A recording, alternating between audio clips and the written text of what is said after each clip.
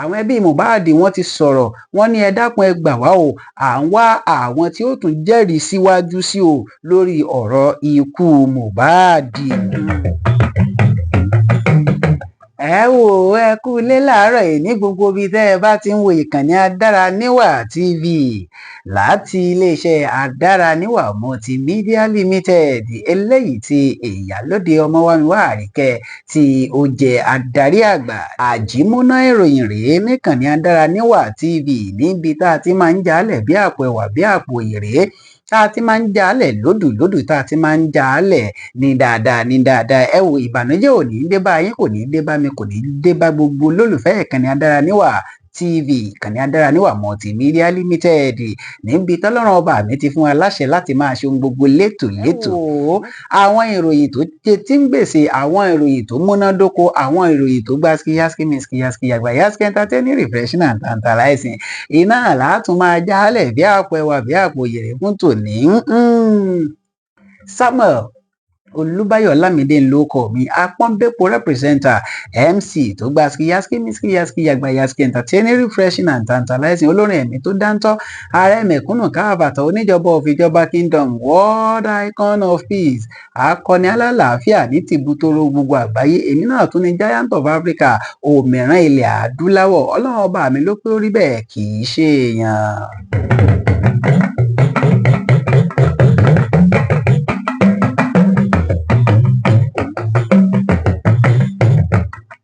ǹjẹ́ lórúkọ olóòtú àgbà fún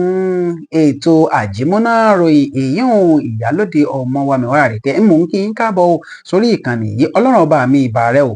adániwáyé ìbà rẹ o ọlọ́run tí gbogbo ayé faratì tí ò fara tó nǹkan ẹjá máa já a lẹ̀ ẹ wò ó ìwé ìròyìn Daily Post ló kọ́kọ́ wà lọ́wọ́ mi láàárọ̀ yìí ò kí ló sì ń bẹ nínú ìwé ìròyìn Daily Post ọ̀hún. Àtíkù Abubakar náà lè sọ pé Tinubu iná ló ń ṣàkọlù sáwọn ọmọ orílẹ̀-èdè wa Nàìjíríà tó ń lo DSS tó ń lo ọlọ́pàá tó ń làwọn ẹ̀ṣọ́ aláàbò láti ṣàkọlù sí wọn tó sì ń tẹ̀ ẹ̀tọ́ àwọn ọmọ orílẹ̀-èdè wa Nàìjíríà lójúmọ́lẹ̀. Àtíkù ló fẹ̀sùn kan Tinubu ẹni tí ó ti gbà kan jẹ́ igbákejì ààrẹ orílẹ̀-èdè wa Nàìjíríà náà ló ti bẹnu àtẹ́lu ààrẹ Bọ́lá mẹ́ẹ̀ Tinubu lẹ́ni tí ó ń sọ yìí pé ìṣèjọba ààrẹ Bọ́lá mẹ́ẹ̀ Tinubu náà ló jẹ́ wípé ó ń ṣe bẹ́ẹ̀ ó ń tẹ̀ ẹ̀tọ́ àwọn ọmọ orílẹ̀-èdè wa Nàìjíríà lójúmọ́lẹ̀. Àtíkù náà ló fi ọ̀rọ̀ léde nínú ìfiléde eléyìí tí ẹni tí ó jẹ́ abẹ́ṣekáwọ́ rẹ̀ lórí ọ̀rọ̀ ìròyìn àti ìfiléde èyíùn Frank Shuaibu tí ó fi léde ló sọ pé àwọn ọmọ orílẹ̀-èdè wa Nàìjíríà iná ni wọ́n fi ṣìkún òfin gbé lọ́nà tí kò tọ́ tí ó sì ń tẹ ẹ̀tọ́ wọn lójúmọ́lẹ̀. Ó ní Tinubu tẹ̀ ń wò yìí náà ni ó ti sọ ara rẹ̀ di ẹni tí ó jẹ́ àwọn tí ó jẹ́ ọ̀tá àwọn ọmọ orílẹ̀-èdè wa Nàìjíríà eléyìí tó sì jẹ́ pé àwọn ọ̀tẹlẹ̀múyẹ́ DSS àwọn ọlọ́pàá àti àwọn olùkọ́ ológun náà ló ṣe bẹ́ẹ̀ tí ó fi ń dúnkòokò mọ́ wọn. ẹ wo Àjímúná ìròyìn pẹ̀lú ìkànnì Adáraníwà TV ó pọ̀.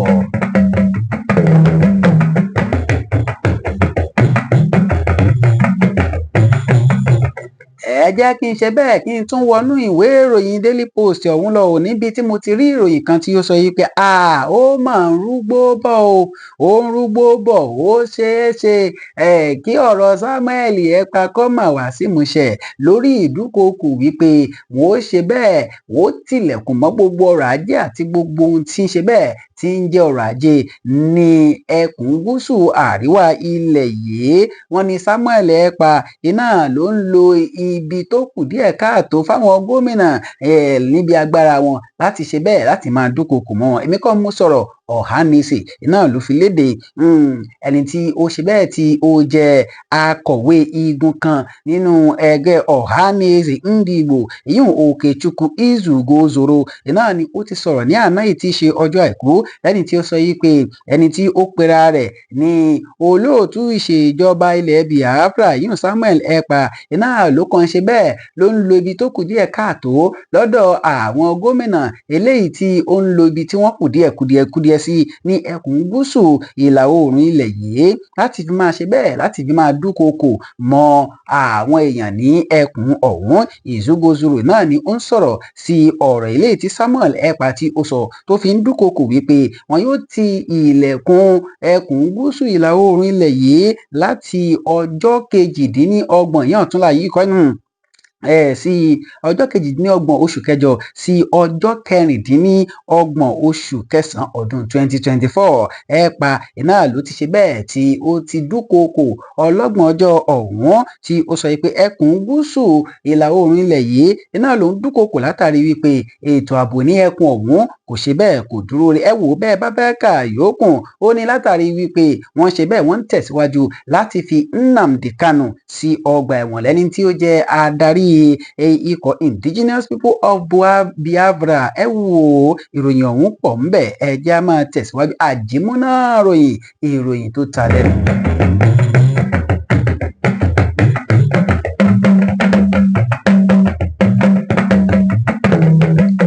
ẹ wò ẹ jẹ́ kí n tún mú ìròyìn yìí wá o ìròyìn yìí náà ló sọ pé ẹ dá owó ìrànwọ́ orí epo padà ẹ fòpin sí ebi ọ̀gàjà ẹ fọwọ́ mẹ́kẹ́ ebi ọ̀pàgbà fọwọ́ mẹ́kẹ́ eléyìí tí ń ṣe bẹ́ẹ̀ tí ń pa àwọn ọmọ orílẹ̀-èdè wa Nàìjíríà èmi kọ́ mo sọ bẹ́ẹ̀ Archbishop Ezekiah náà ló sọ bẹ́ẹ̀ fún ààrẹ Bọ́lá Ahmed Tinubu ẹni tí ó jẹ́ Archbishop ìjọ Living Christ Mission ìyún Most Reverend Professor Dadi Ezekiah náà ló ti rọ ìjọba àpapọ̀ orílẹ̀-èdè wa Nàìjíríà wípé ẹ wò ó ẹ dákun ẹ dá owó ìrànwọ́ orí epo padà kẹ́ ẹ lè fi òpin eléyìí sí ebi tí ó ń pa àwọn ọmọ orílẹ̀-èdè wa Nàìjíríà ẹni tí ó jẹ́ ìránṣẹ́ Ọlọ́run ọ̀hún náà ni ó pe ìpè ọ̀hún lásìkò ìgbà tí wọ́n ń ṣe ìsìn ní ilé ìjọ Ọlọ́run ọ̀hún eléyìí tí wọ́n fi ń ṣe bẹ́ẹ̀ tí wọ́n fi ń sàmì sí ayẹyẹ àwọn àjọ̀dún àwọn baba ní inú ìjọ ọ̀hún gẹ́gẹ́ bí ó ti sọ ó ní ọ̀kan pàtàkì ọ̀kan gbòógì nínú ọ̀nà tí ìjọba àpapọ̀ tí ó lè gbà láti mú kí ebi ọ̀pàgbà fọwọ́ mẹ́kẹ́ kí ó ṣe bẹ́ẹ̀ kí ó di ohun àfihàn tí eégún fi sọ ní orílẹ̀-èdè wa Nàìjíríà iná ní kí ààrẹ Bọ́lá Ahmed Tinubu kí ó ṣe bẹ́ẹ̀ kí ó da ọ̀rọ̀ owó ìrànwọ́ orí epo eléyìí tó ti yọ ọ̀hún kí ó dá padà sí orílẹ̀-èdè wa Nàìjíríà nítorí wípé nǹkan kan ẹ wò ó Àjímúná ìròyìn nìkan ni Adára Níwà TV ó ta lẹ́nu yẹ́rìyẹ́rì.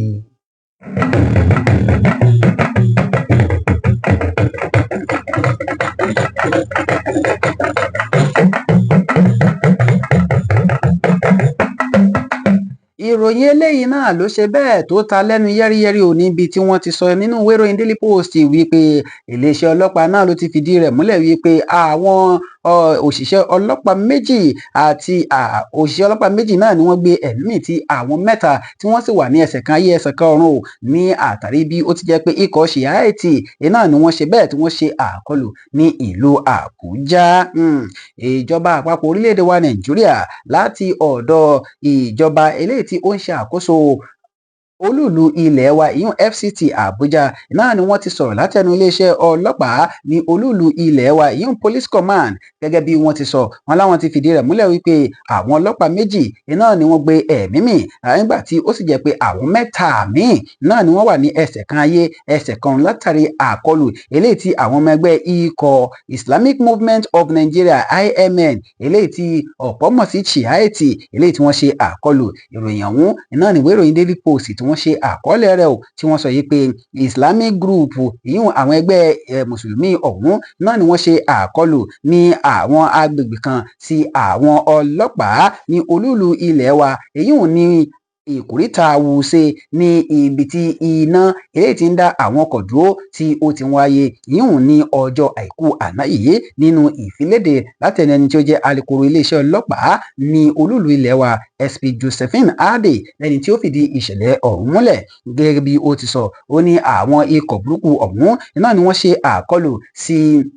ojúkò ibi tí àwọn ọlọ́pàá tí wọ́n ti ń ṣe àyẹ̀wò eléyìí tí ó sì jẹ́ wípé wọ́n ní àdá àti àwọn nǹkan míì náà ni wọ́n ṣe bẹ́ẹ̀ tí ó fi mọ́ àwọn ohun èlò ìjà olóró abúgbàmù náà ni wọ́n lò tí wọ́n sì ṣe bẹ́ẹ̀ tí wọ́n fi ṣe àkọlù ọ̀hún wọ́n ní eléyìí náà ló ṣokùnfà bí ọlọ́pàá méjì bí ó ti ṣe bẹ́ẹ̀ bí ó ti gbẹ́mìí mì ẹni tí ó jẹ́ alukoro ọ̀hún náà ni wọ́n sọ yìí pé àwọn ti ṣe bẹ́ẹ̀ àwọn ti fi ṣìkún òfin gbé ọ̀pọ̀lọpọ̀ báyìí tí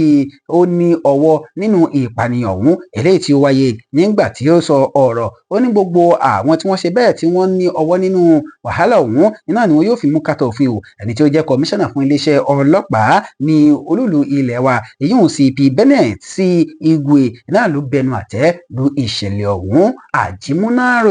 ìròyìn tó ta lẹ́nu yẹ́rìyẹ́rì. ẹ jẹ́ á ṣe bẹ́ẹ̀ ká wọnú ìwé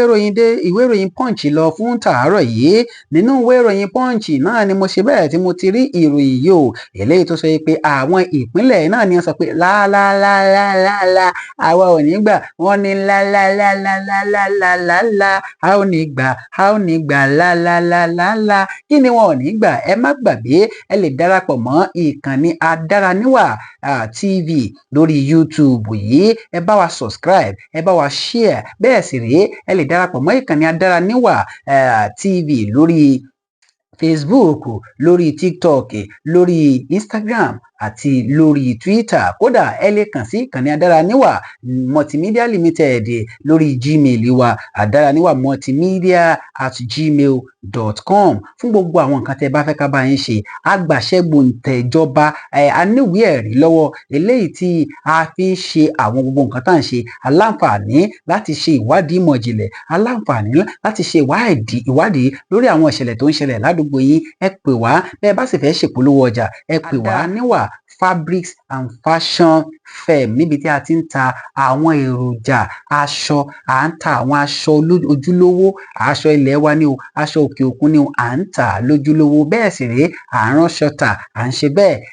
Ọlọ́run ọba náà ló péré lówó pọ́kú làwa ń ta gbogbo ẹ̀yin tẹ́ fẹ́ ra nǹkan, ẹ fẹ́ ra léètì, ẹ fẹ́ ra dọ́ṣẹ̀tì, ẹ fẹ́ ra gbogbo ẹ̀, ẹ fẹ́ ra kòpíọ̀n gan kàkà. Adáraníwà Multimedia Limited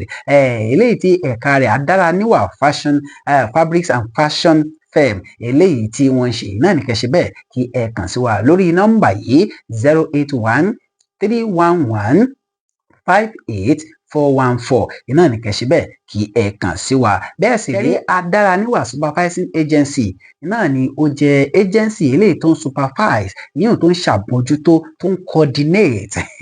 àwọn iṣẹ́ àkànṣe gbogbo. Irú iṣẹ́ àkànṣe wo lẹ̀yin fẹ́ ṣe tẹ́ ẹ wò wípé ẹ nílò ilé iṣẹ́ tó gbàṣẹ́gbòǹtẹ̀jọba, ẹ kàn sí Adáraníwà Supervising Agency lónìí. Bóyá ẹ wà lókè òkun, bóyá ẹ wà ní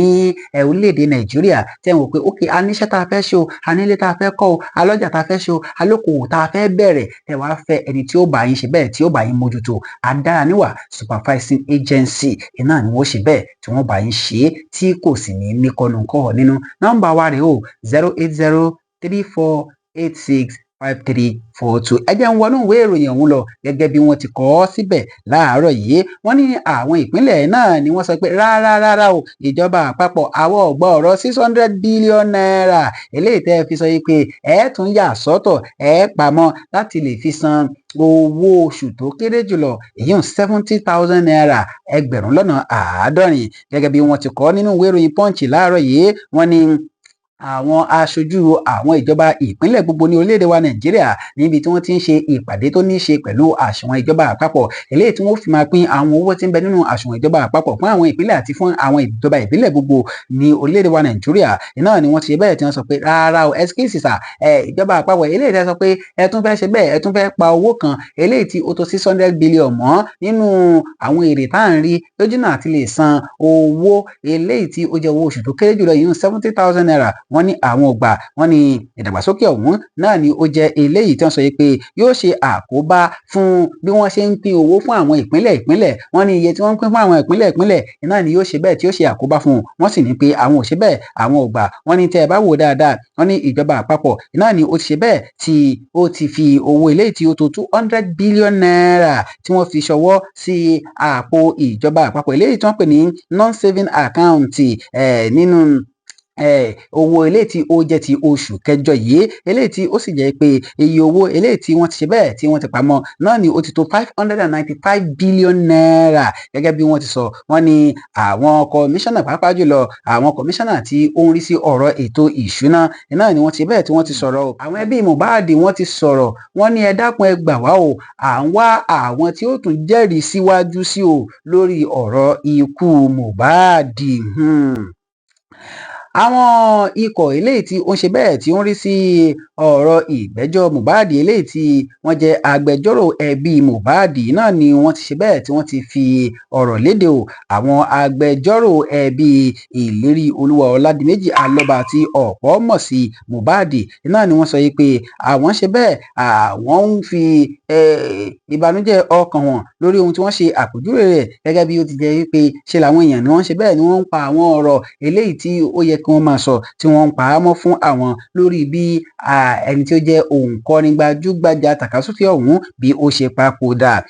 Ọ̀kan lára àwọn ẹni tí ó jẹ́ ọ̀gá àgbà lórí àwọn nínú àwọn agbẹjọ́rò ọ̀hún yìí Táíwò Odùmọ̀ṣù náà ni ó ṣe bẹ́ẹ̀ tí ó sọ̀rọ̀ nígbà tí ìwé ìròyìn Punch tí wọ́n gbé ní àná tí ṣe ọjọ́ àìkú yìí. Wọ́n ní ọ̀pọ̀lọpọ̀ àwọn ọ̀rọ̀ eléyìí tó yẹ káwọn máa gbọ́ láti ọ̀dọ̀ àwọn èèyàn kí wọ́n fi jẹ́rìí ó ní wọn ṣe bẹ́ẹ̀ ó ní wọn fún àwọn tó sì lè ṣàkóbá fún ẹjọ́ eléyìí tí ó ń lọ lọ́wọ́ ó wá ṣe bẹ́ẹ̀ ó wá gba gbogbo àwọn ọmọ orílẹ̀-èdè wa Nàìjíríà ní ìmọ̀ràn ó sì rọ̀ wọ́n wípé kí wọ́n dákun kí wọ́n jáde wá láti wá jẹ́rìí lórí ọ̀rọ̀ ìgbẹ́jọ́ bí Mohbad bí ó ti ṣe bẹ́ẹ̀ bí ó ti papòdà. Ajimuna Ìròyìn náà ni ó ń ṣe bẹ́ẹ̀ tí ó ń tẹ̀síwájú níkànnì Adáraníwà Multimedia Limited yíyún ìkànnì Adáraníwà TV ẹ wò ó.